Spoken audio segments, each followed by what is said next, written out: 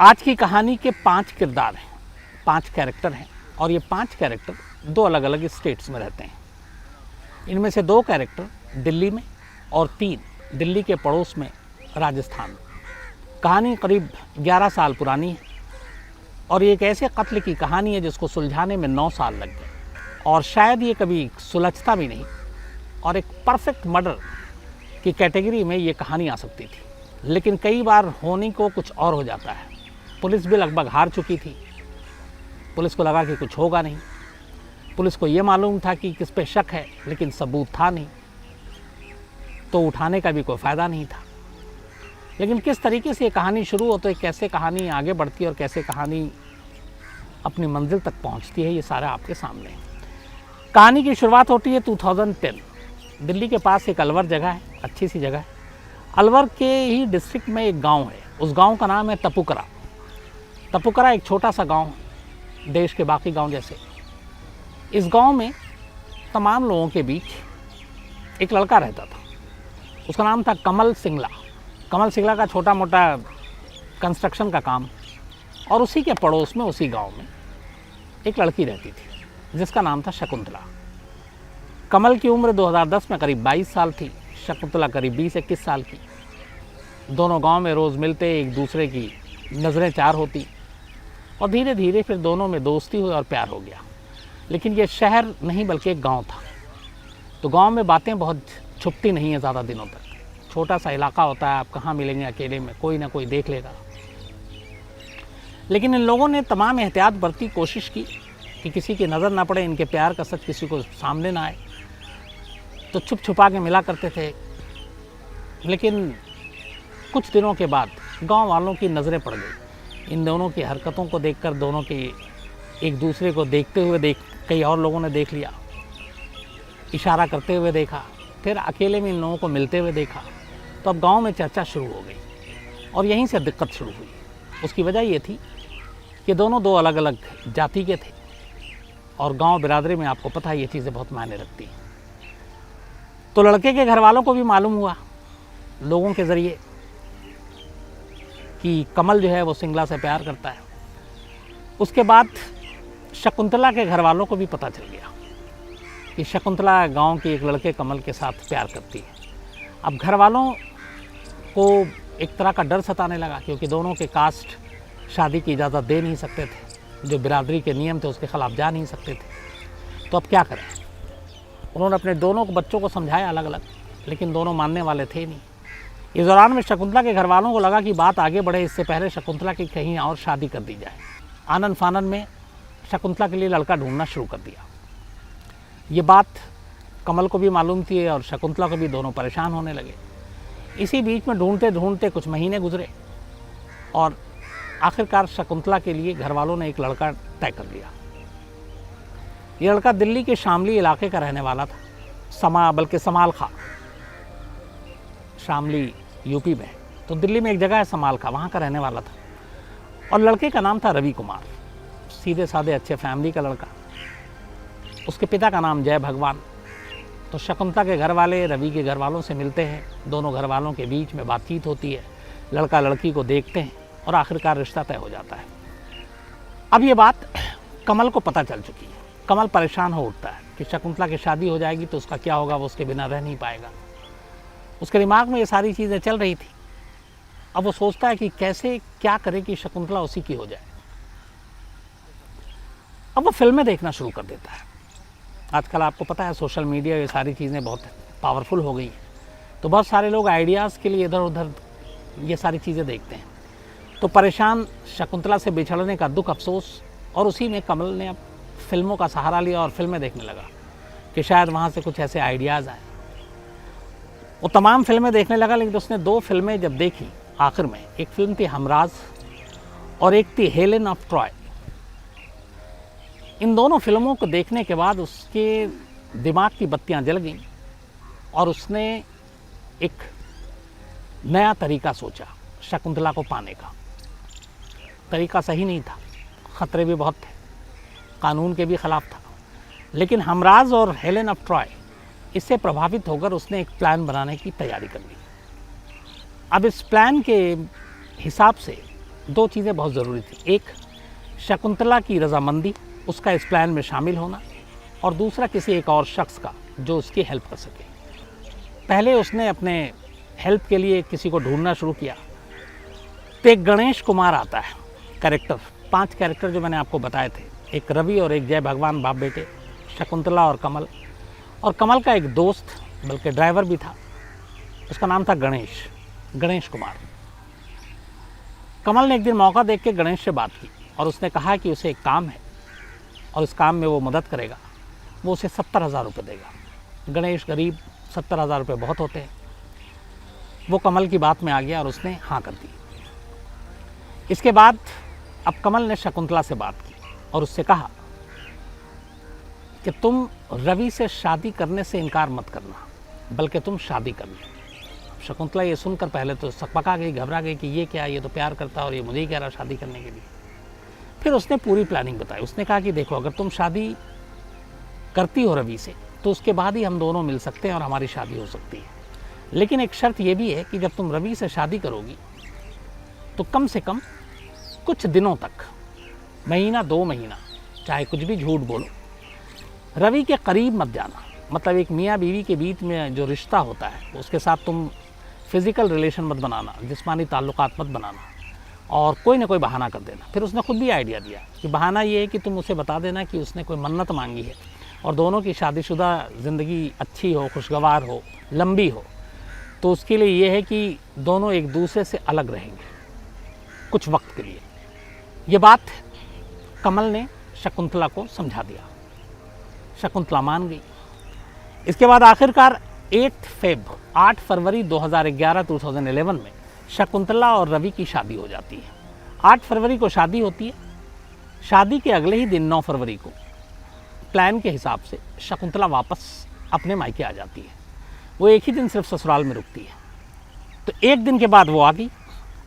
अब उधर रवि और उसके घर वाले बुला रहे हैं। अब वो कुछ चीज़ें बता रही है कि अभी हमने कुछ मन्नत मांगी है, ये सारी चीज़ें हैं। तो ये टालती रही। इसके बाद लगभग 1.25 महीना बीत गया। 1.25 महीने बीतने के बाद 21 मार्च को आखिरकार कमल अब शकुंतला से कहता है कि वो अपने ससुराल जाए, रवि के पास। 21 मार्च को शकुंतला रवि के पास समालखा पहुंचती है, ससुराल में रहती है। और फिर बात वही थी कि अभी हम लोग अलग अलग रहेंगे, मियाँ बीवी के तौर पे कोई रिश्ता नहीं होगा क्योंकि मन्नत मांगी है और बस ये 1 हफ्ते के अंदर ये मन्नत पूरी हो जाएगी। रवि भी पढ़ा लिखा समझदार, उसने कहा कि अगर उसकी बीवी ऐसा कह रही है तो कोई बात नहीं है, दोनों की भलाई के लिए। उसने भी कोई ज़ोर ज़बरदस्ती नहीं की। तो 21 मार्च 2011 को शकुंतला अब रवि के घर अपने ससुराल पहुंच चुकी है। 22 मार्च को अचानक शकुंतला रवि से कहती है कि चलो हम दोनों के बीच में मियाँ बीवी के रिश्ते अभी कायम नहीं हुए क्योंकि कुछ चीज़ें हैं, मन्नतें हैं, लेकिन कहीं घूमने फिरने चलते हैं, पिक्चर देखने चलते हैं। रवि खुश हो जाता है। 22 मार्च को शकुंतला रवि को तैयार कर घर से निकलती है, लेकिन साथ में ये भी कहती है कि जाने पिक्चर देखने या शॉपिंग करने से पहले एक रिश्तेदार हैं जो शकुंतला के ही रिश्तेदार समालखा के पास ही रहते हैं, उनके घर जाना है। शादी के बाद वो गई नहीं तो उसने कहा कि मैं उनसे मिल लूँगी। रवि तैयार हो गया, इसमें कोई ऐसी बात भी नहीं थी।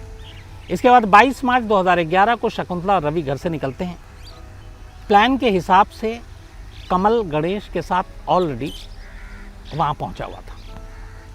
शकुंतला को पता था कि कहाँ तक जाना है। वो थोड़ी दूर जाती है, एक गाड़ी में ऑलरेडी कमल गणेश के साथ इंतज़ार कर रहा था। जैसे ही शकुंतला वहाँ पहुँचती है तो अचानक दोनों ऐसे दिखाते हैं कि जैसे उन्हें कुछ पता नहीं। फिर शकुंतला बताती कि हमारे गांव का है, बाकायदा कमल से मिलाती है और हम लोग पड़ोसी हैं।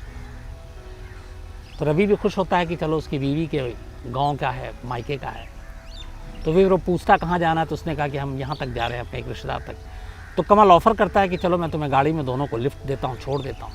तो तैयार हो जाते हैं, घर गाँव की बात थी। उसके बाद रवि को बिठा लिया जाता है। बिठाने के बाद अब कमल जो है वो शकुंतला को उसकी रिश्तेदार के घर से कुछ दूरी पर ड्रॉप कर देता है। रवि भी उतर रहा है शकुंतला के साथ जाने के लिए, लेकिन तभी कमल उससे कहता है कि आप बाद में चला जाना, मुझे आपसे 5 मिनट अकेले में कुछ बात करनी है, ज़रूरी बात है।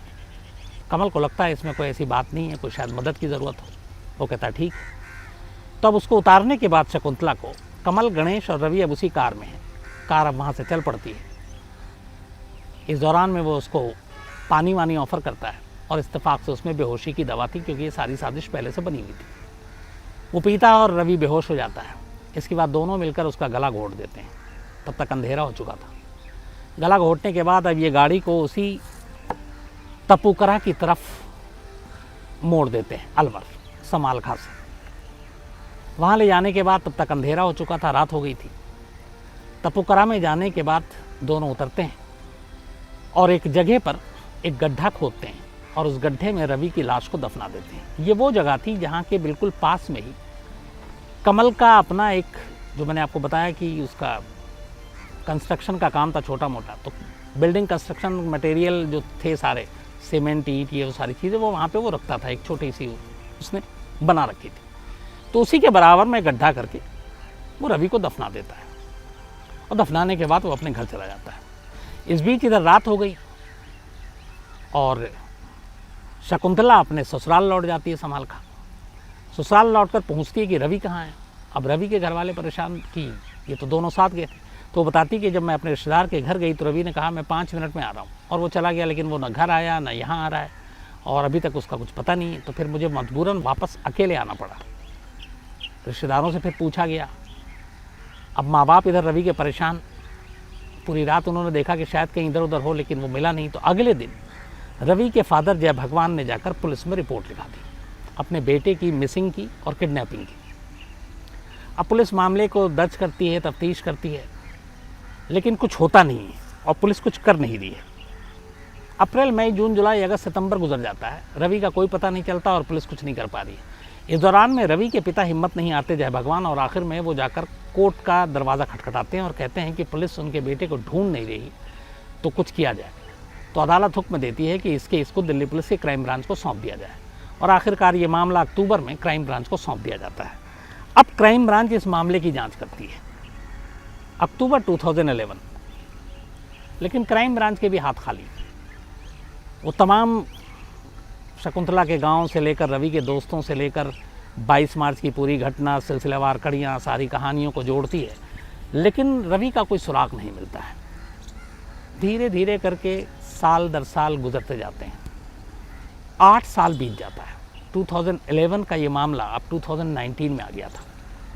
इन 8 सालों में पुलिस को कई बार लगा कि कुछ शकुंतला का बिहेवियर जो है सस्पिशियस है, डाउटफुल है। शकुंतला के भाई के ऊपर भी शक हुआ, लेकिन सबूत कुछ नहीं था। जब 8 साल बीत गए तो क्राइम ब्रांच इस मामले की जांच करते करते लगभग थक गई थी। तभी उन्होंने इस बीच में एक और काम किया। कुछ पुलिस वालों को, ख़ासतौर पर सादी वर्दी में, शकुंतला और इनके घर वालों को इर्द गिर्द लगा दिया कि ज़रा इनकी आप मूवमेंट, इनकी हरकतों को आप देखो। लेकिन जब पुलिस सादी वर्दी में लगी तो फिर कुछ चीज़ें पता चली, और ये पता चली कि शादी के बाद भी शकुंतला रवि के साथ घुलती मिलती रही है। तब पुलिस को लगा कि कहीं इन रिश्तों के चक्कर में ही तो रवि गायब नहीं हुआ, और गायब हुआ तो कहाँ 8 साल हो गए। अब ये भी शक था कि 8 साल के बाद उसका ज़िंदा होना तो नामुमकिन सी बात है। अब पुलिस क्या करे? इस दौरान में पुलिस ने फिर जब पुख्ता तौर पर हो गया कि शकुंतला और इनके रिश्ते थे कमल के, और कमल के साथ फिर पुलिस को गणेश के बारे में पता चला, जो उसका ड्राइवर था, ये बहुत ख़ास था। फिर पुलिस को ये भी पता चला कि जिस दिन ये गायब हुआ था ये लोग दिल्ली में थे। इसके बाद पुलिस ने अदालत का दरवाज़ा खटखटाया और कहा कि वो कमल और गणेश का ब्रेन मैपिंग करना चाहती है, ब्रेन मैपिंग टेस्ट, कि उनके दिमाग में क्या चल रहा है। इससे पहले इन लोगों से लगातार बुलाकर पूछताछ की गई, घंटों पूछताछ की गई, लेकिन इन तीनों ने लगातार एक ही बयान दिया कि उन्हें कुछ पता नहीं, कोई जानकारी नहीं, और पुलिस के पास कोई सबूत भी नहीं था कि वो उनको अरेस्ट कर लें तो फिर कोर्ट में मामला गिर जाए। आखिरकार ब्रेन मैपिंग के लिए अदालत कन्विंस हो गई और उसने इजाज़त दे दी। इसके बाद अहमदाबाद के लैब में, फॉरेंसिक लैब में, कमल और गणेश की ब्रेन मैपिंग होती है। वहाँ उनसे वैसे ही सवाल पूछे जाते हैं और सारी चीज़ें होती हैं, और उस ब्रेन मैपिंग में वो दिमाग सब कुछ उगल देता है जो दिल और ज़ुबान 8 साल तक नहीं उगल पाया था। ब्रेन मैपिंग में जो सबसे बड़ी चीज़ मिली पुलिस को, वो ये एक सवाल के जवाब बताया कि अगर रवि कहाँ है, तो उन्होंने बताया वो तो मर चुका है। तो उन्होंने कहा उसकी लाश लेकिन कहाँ है? तब उन्होंने बताया कि तपोकरा में एक जगह पे उसे दफना दिया है। ब्रेन मैपिंग की जब रिज़ल्ट आई और ये सारी कहानी सामने आई, इसके बाद दिल्ली पुलिस की क्राइम ब्रांच कमल और गणेश को लेकर अलवर के तपुकरा पहुंचती है। वहाँ उनकी बताए हुए जगह पे कि उसने यहाँ दफनाया है, वहाँ बाकायदा क्रेन व्रेन मंगाया जाता है, मैजिस्ट्रेट को बुलाया जाता है मौके पर। इसके बाद खुदाई होती है। करीब 5-6 फीट खुदाई के बाद ज़मीन के अंदर से रवि की लाश तो नहीं, कुल 25 हड्डियाँ मिली, क्योंकि 8 साल बीत चुका था। उन 25 हड्डियों को समेट कर फॉरेंसिक लैब में भेजा गया। फिर डीएनए के ज़रिए पता चला कि हड्डियाँ रवि की हैं। और इस तरीके से 8 साल पुराना एक कत्ल का राज ब्रेन मैपिंग ने खोला, क्योंकि दिमाग ने उगला था, ज़ुबान ने नहीं। इसके बाद पुलिस ने कमल और गणेश को गिरफ्तार कर लिया। लेकिन इधर जब ये खुदाई हो रही थी और ये सारी चीज़ें, तभी शकुंतला अपने घर से अचानक गायब हो गई। अब पुलिस उसे ढूंढ रही है। तो इन दोनों को तो पकड़ लिया, शकुंतला काफ़ी टाइम तक गायब रही। फिर बाद में मुखबिरों की सूचना पर आखिरकार शकुंतला को भी पकड़ा गया। इसके बाद इन तीनों के खिलाफ 302 के तहत रवि के कत्ल का मुकदमा चला। फैसला अभी आना बाकी है, क्योंकि ये सब कुछ 1920 होते होते हुआ है सब कुछ। तो आगे क्या होगा वो जब फैसला आएगा मैं आपको ज़रूर बताऊंगा। लेकिन ये थी एक कहानी जो दिमाग ने 8 साल पुराने राज को उगला था। तो साइंस और टेक्नोलॉजी जिस तरीके से तरक्की कर रही है, उस तरीके से ऐसे बहुत सारे केसेस हैं। जो मुजरिम जो है वो तो सख्त है, प्रोफेशनल होते हैं, ज़ुबान नहीं खोलते, लेकिन ऐसी चीज़ों के ज़रिए उनसे सच उगलवाया जा सकता है। तो ये कहानी उसकी एक मिसाल है।